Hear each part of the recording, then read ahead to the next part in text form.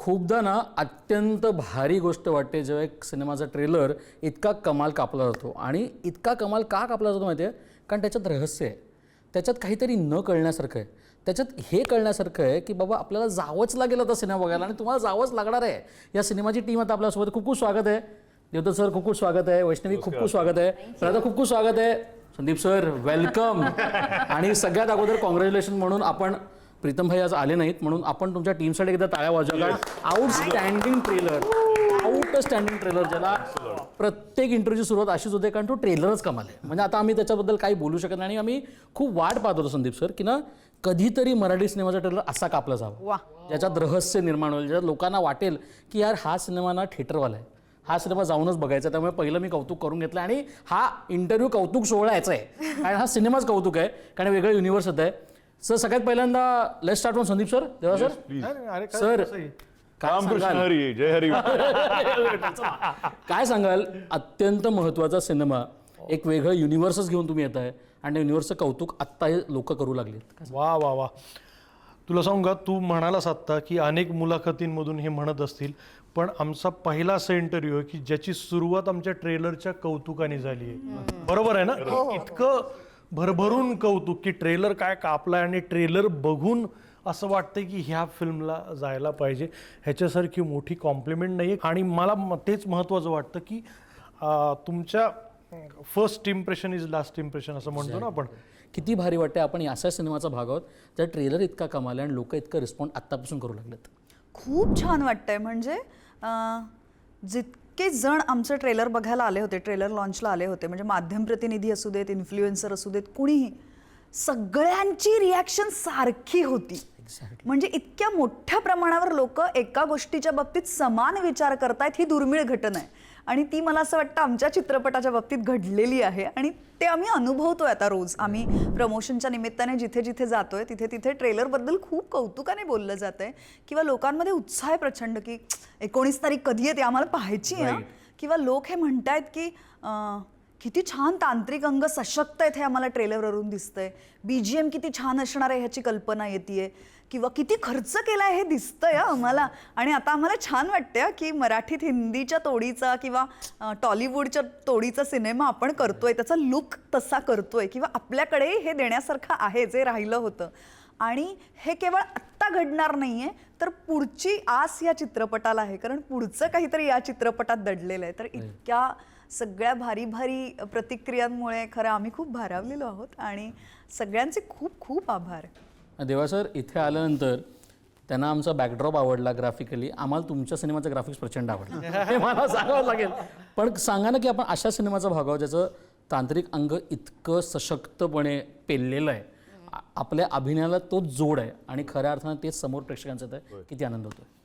खूप आनंद होतोय कारण एखादी गोष्ट आपण सुरुवात करतो किंवा एखाद्या गोष्टीचा आपण पायंडा पाडतोय आणि आपण त्याचा भाग आहोत, ही एक म्हणतात ना एक अमेझिंग गोष्ट आहे. मला जेव्हा प्रीतमनी सांगितलं की आपण असं एक प्रोजेक्ट करतोय, सो त्याला फक्त म्हटलं की बाबा मी काही पठडीमध्ये अडकणारा माणूस नाही, पण असं हे रिक्वायरमेंट्स आहेत. त्यांनी बरोबर सगळं त्याच्यामध्ये बसवलं कारण स्वतः तो लिहिताना ना प्रत्येकाला डोळ्यासमोर ठेवतो.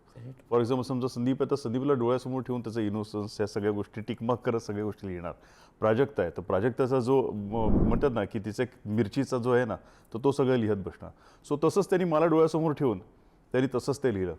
इवन वैष्णवीच्या बाबतीत सुद्धा त्यांनी जे काही केलेलं आहे ना ते अमेझिंग आहे यार. मग तिचं तू ट्रेलरमध्ये बघतोस. सो तसंच त्यांनी खंगरी हे कॅरेक्टर तसंच त्यांनी लिहिलं. आणि शेवटी असं असतं ना की एक एक भाग असतो की ज्याला आपण युनिव्हर्स म्हणतो. अख्खं विश्व जे आहे ना त्या विश्वामध्ये एक एक गोष्टी घडत असतात, कनेक्ट होत असतात. त्याच गोष्टी घवाडकुंड आणि पुढच्या चित्रपटांमध्ये घडणार आहे. ती एक लिंक आहे आणि ह्या सगळ्या लिंकचा आपण एक भाग असणार आहोत. त्याच्यासारखी आनंदाची गोष्ट कुठलीच नाही रे. त्यामुळे नाही म्हणायचं काही हेच नाही. वैष्णवी, खऱ्या अर्थानं एकतर आपल्याला असा सिनेमा मिळणं, असा कॅरेक्टर मिळणं, त्या कॅरेक्टरविषयी मला खरंच विचार तुम्हाला सगळ्यांना आहे कारण ना तुम्ही जसे दिसता तसे तुम्ही सिनेमात दिसत नाही. तुमच्याकडे वेगळे कॅरेक्टर आणि हे सगळ्यात मोठं कलाकाराचं कौतुक आहे. त्या मेकअप टीमचं कौतुक आहे, त्या सिनेमाचं कौतुक आहे, त्या स्टोरी बोर्डिंगचं कौतुक आहे, सगळ्याचं कौतुक आहे की त्या एका ॲक्टरला ते कॅरेक्टर म्हणून ओळखू लागलेत आणि हे सगळ्यात मोठी गोष्ट आहे. आज तुला त्या सिनेमाचा भाग होता येत आहे. आज हे ॲक्टर्स पण तुझ्या कॅरेक्टरचं कौतुक करताना दिसत आहेत. हाऊ हॅपी आहे, आय यू ऑन क्लाउड 9 असं विचारायचं. एक्झॅक्टली. मला खूप जास्त फुलफिल वाटतंय की असं कॅरेक्टर आपल्या वाटेला येणं आणि त्या कॅरेक्टरचे 2 पैलू असणं आणि ते एक म्हणजे त्यात सगळ्याच गोष्टी आल्यात. प्रोस्थेटिक आला आहे, हेवी मेकअप आला आहे, 4-4, 5-5 तासाचा मेकअप आला आहे, परत मातृत्वाची भावना आली आहे, त्याचा एक वेगळा अभ्यास होता, त्याचा एक वेगळा प्रवास होता आणि प्रीतम सरांसारखे डिरेक्टर मिळणं आणि युनिवर्सचा भाग होणं म्हणजे खरंच थँक गॉड. खूप छान वाटतं, खूप जास्त. मी मधल्या काळी प्रसाद ओक सरांचा जो पहिला सिनेमा होता ज्याला त्यांना नॅशनल अवॉर्ड मिळाला, त्याची कलर स्कीम कशी होती, ते त्या सिनेमाची गरज होती. आज तुम्ही लोकांनी जो सिनेमा केला त्याची गरजच त्या कलर स्कीम बद्दल आहे, त्याचा देखील विचार केला गेला. हो, अशा टीम सोबत जेव्हा तुम्ही येताय की ती भारी आहे की हे प्रत्येक गोष्टीचा विचार केला गेला. येस, मी तुला थोडक्यात सांगतो की आता ह्या फिल्मचं जेव्हा शूट सुरू असताना मला दिसत होतं की यार अशा प्रकारे काय असतं की ग्रँजर हा शब्द नुसता वापरणं आणि ग्रँजर प्रत्यक्षात उतरवणं. तर प्रीतम असा आहे ना, त्याच्यासाठी मुळात सिनेमा बनवायला सगळ्यात आधी बुद्धी लागते, मग पैसा लागतो, की त्याचं इम्प्लिमेंटेशन. की मी ग्रँजर म्हणजे नुसतंच कॅमेरा जिमीजीप आणून ठेवली आहे, माझं काय अंडर वॉटर जो कॅमेरा लागणार आहे आम्हाला तो आणून ठेवला, नुसतंच आणून ठेवला, त्याचा उपयोग काही नाही, किंवा तुम्हाला टेकिंगच माहीत नाही कसं करायचं, त्याचं काय करायचं आहे. सो त्याच्यामुळे प्रीतम आणि आमचा हा DOP योगेश कोळी दोघांची जोडगोळी अशी आहे ना की दोघे टेक्निकली साऊंड आहेत. त्याच्यामुळे ती फिल्म फर्स्ट डेपासून एक असतं ना की त्याची वाईब कळते आपल्याला, की जेव्हा सेटवर गेलो आम्ही की खास सेट तयार करणं एखाद्या गोष्टीसाठी ही टेक्निकली केवढी अशी गोष्ट आहे ना की इथे फाईट सिक्वेन्स होणार आहेत तर इकडे मोठमोठे रॉड्स आपल्याला लावायचे आहेत, किंवा वाडा रिअल वाडा घेतलं तर आपल्याला जे सिक्वेन्स मोठमोठे फाईट सिक्वेन्स आहेत तर तो वाडा छोटा पडेल, आपल्याला तिकडे तसं नाही करता येणार, म्हणून वाडा उभं करणं, फाईट सिक्वेन्सच्या उलट देवा माझ्यापेक्षा चांगलं सांगेल त्या अनुषंगाने ते बांधणं. त्याच्यानंतर आत्ता पोस्टला मी जेव्हा बघतोय की यार किती मायन्यूट काम चालू आहे, की VFXचं काम आमचं 2-2.5 महिने झाले चालू आहे आणि तो प्रीतम तिथे जाऊन बसतोय. मी स्वतः एक दिवस गेलो, मला फक्त बघायचं होतं, ते इतकं कॉम्प्लिकेटेड आहे काम.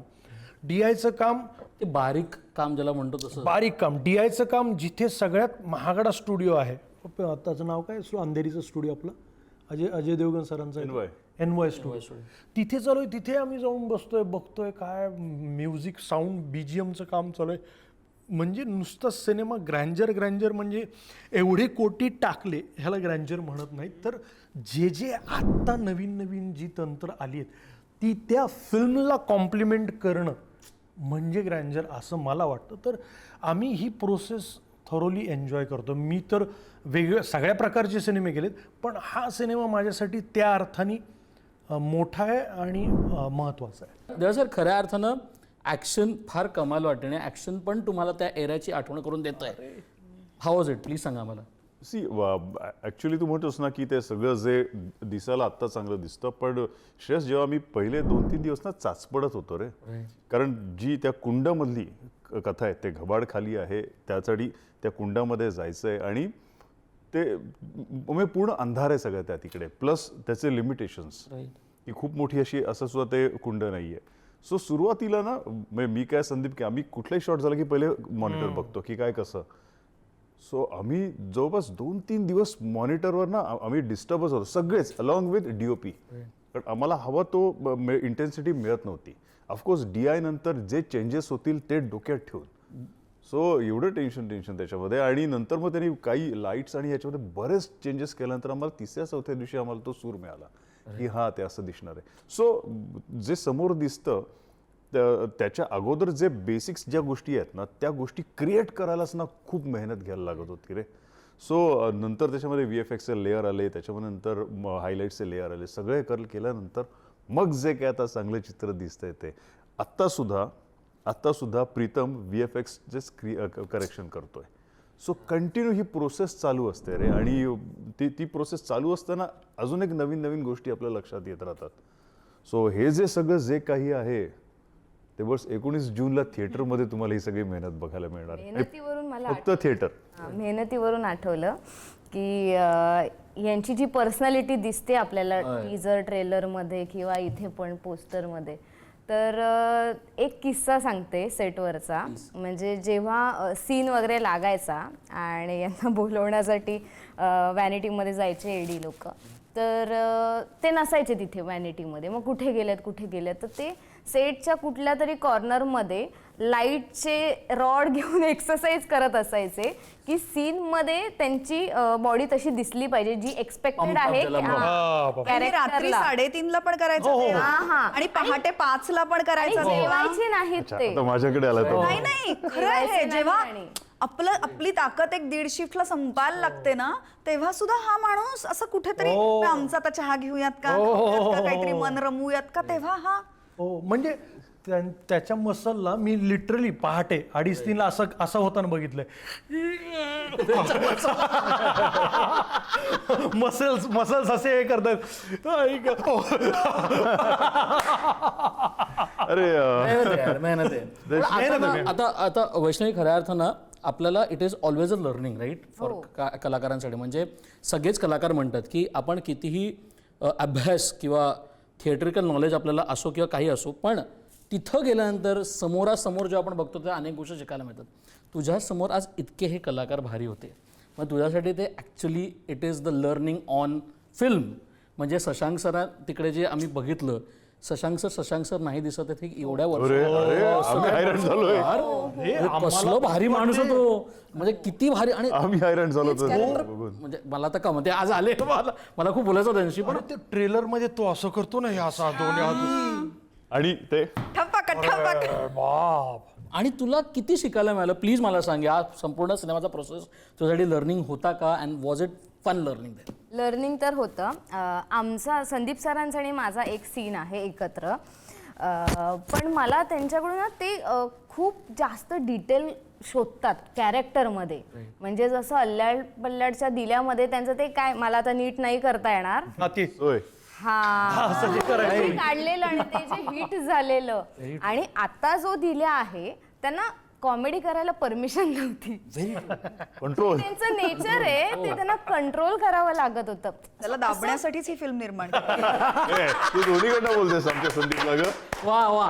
कॉमेडी नाही का, कॉमेडी केली. आपल्या नेचरच्या अपोजिट जाऊन आपण जेव्हा एखादं कॅरेक्टर स्ट्रॉंगली उभं करतो, हे कसं असतं, त्याची प्रोसेस कशी असते, त्यासाठी काय काय करावं लागतं, किती डिटेलिंग शोधावं लागतं, हे सगळं मला शिकायला मिळालं. आणि ऑनसेट या सगळ्यांचे बिहेवियर बघून मला बरंच काही लर्निंग मिळालंय. आम्ही सगळ्यांनीच आपापल्या स्वभावाच्या विरुद्ध कामं केली. एक्झॅक्टली.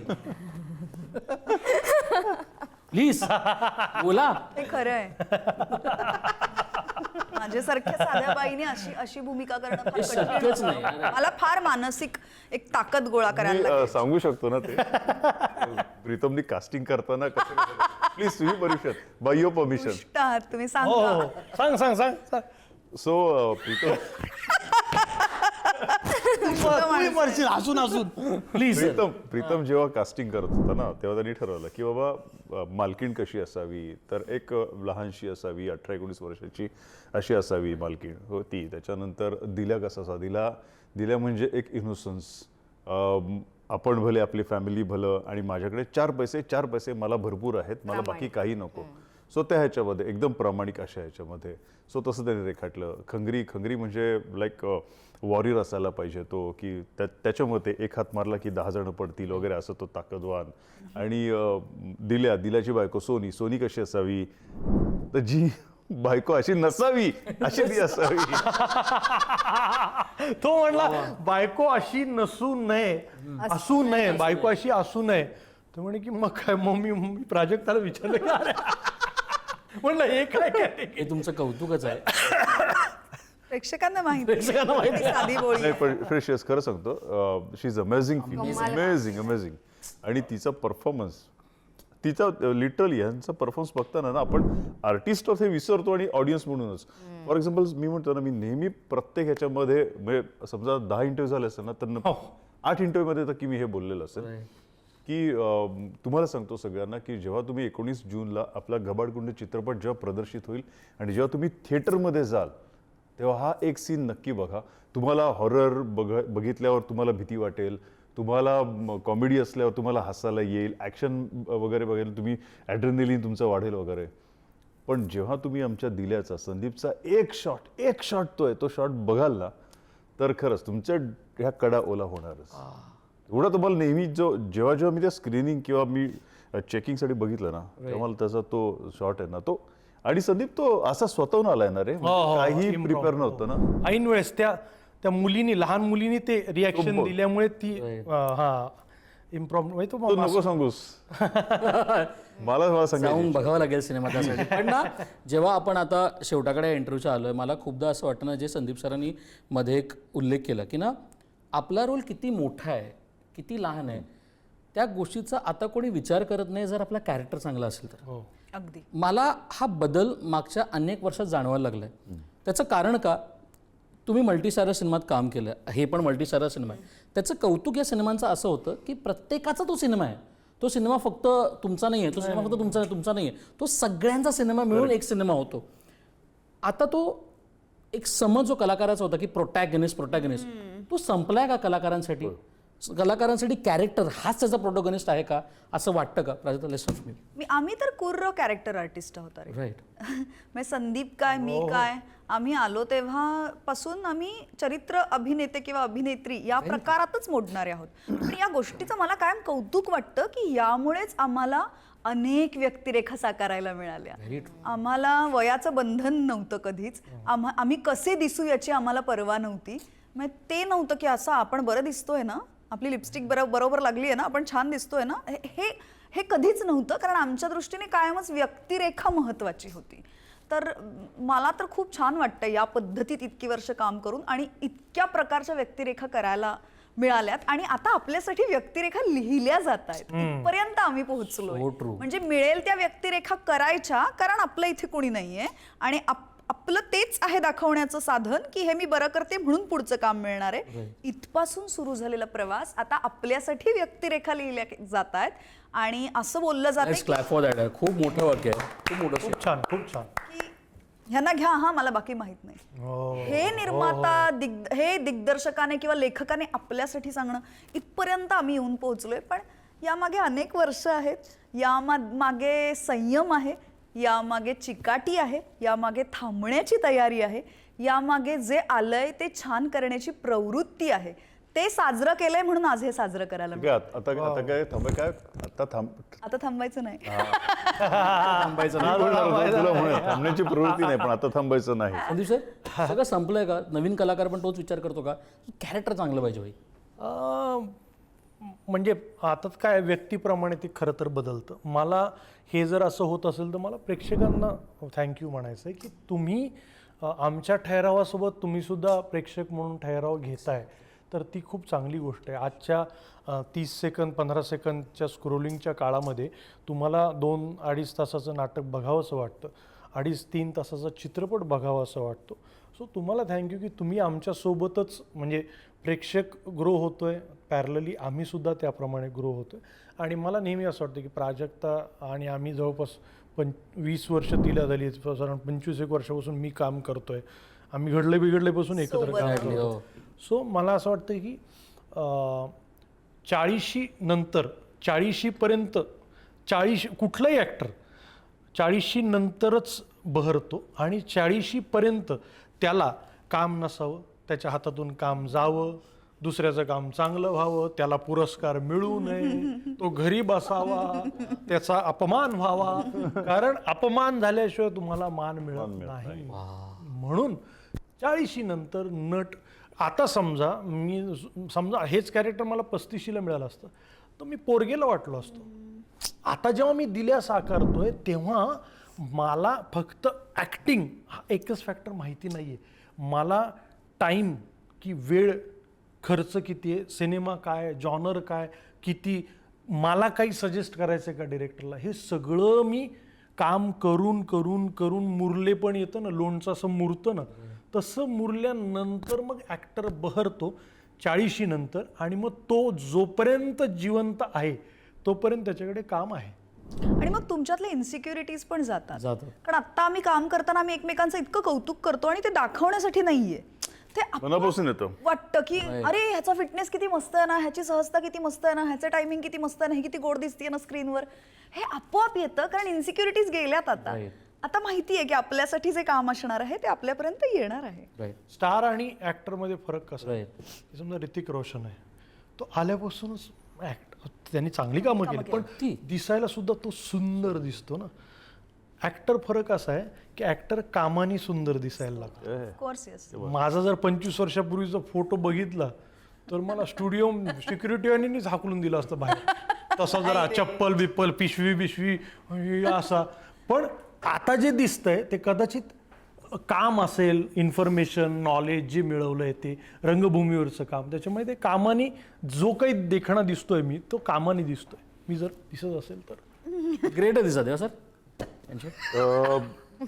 सी कॅरेक्टर ह्याच्यामध्ये अडकणं हा तर प्रकार नाहीच होत. कारण मोस्टली असं होतं की जय मल्हारनंतर सगळेजण म्हणाले की आता त्याच पठडीच्या भूमिका मिळतील, तसं काही नाही. साधारण पौराणिक मालिका किंवा ऐतिहासिक मालिका किंवा चित्रपट असलं ना, तर एक साधारण एक धरलं जातं की हा वॉरियर असायला पाहिजे. सो हे शोधताना पहिले त्यांना मी दिसतो, त्यामुळे एक ते माझं भाग्य आहे. बऱ्याच वेळा रेफरन्समध्ये सुद्धा the character should be, the artist should be like ब्रॅकेटमध्ये देवदत्त नागे.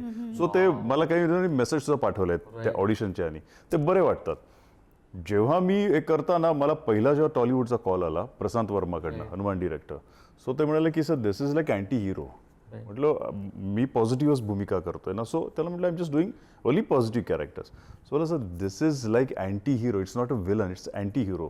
त्यांनी मला जेव्हा सगळं सांगितलं तेव्हा लक्षात आलं की तो जो आहे तो इगो ह्याच्यामध्ये सगळा बांधला गेलेला आहे. आणि ज्या ज्या लोकांनी तो चित्रपट बघितला ते सगळे म्हणतात की अरे यार ते कॅरेक्टर, म्हणजे मला बरेच म्हणायचे हिरो नक्की कोण होता, तो होता का तू होता, like that. Even same with Robin Hood, तिथे सुद्धा ते अँटी हिरो कॅरेक्टर होता की तो स्वतःचा, फक्त फरक असा होता की एक त्याच्याकडे हिरो असणं आणि त्याचा मतभेद करणार दुसरा त्याच्यासमोर अँटी हिरो असणं. सो ज्यांनी रॉबिनहूड बघितलं ना ते सुद्धा सगळे म्हणतात की सर जबरदस्त. म्हणजे माझं फॅन फॉलोइंग तिथे सुद्धा मला मिळत गेलेलं आहे.